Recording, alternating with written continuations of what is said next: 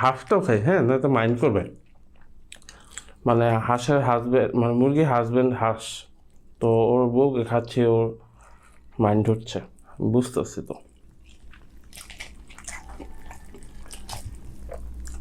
Mind করতে হবে না, মিলেমিশে একসাথে আমার পেটে গিয়ে বসবাস করো।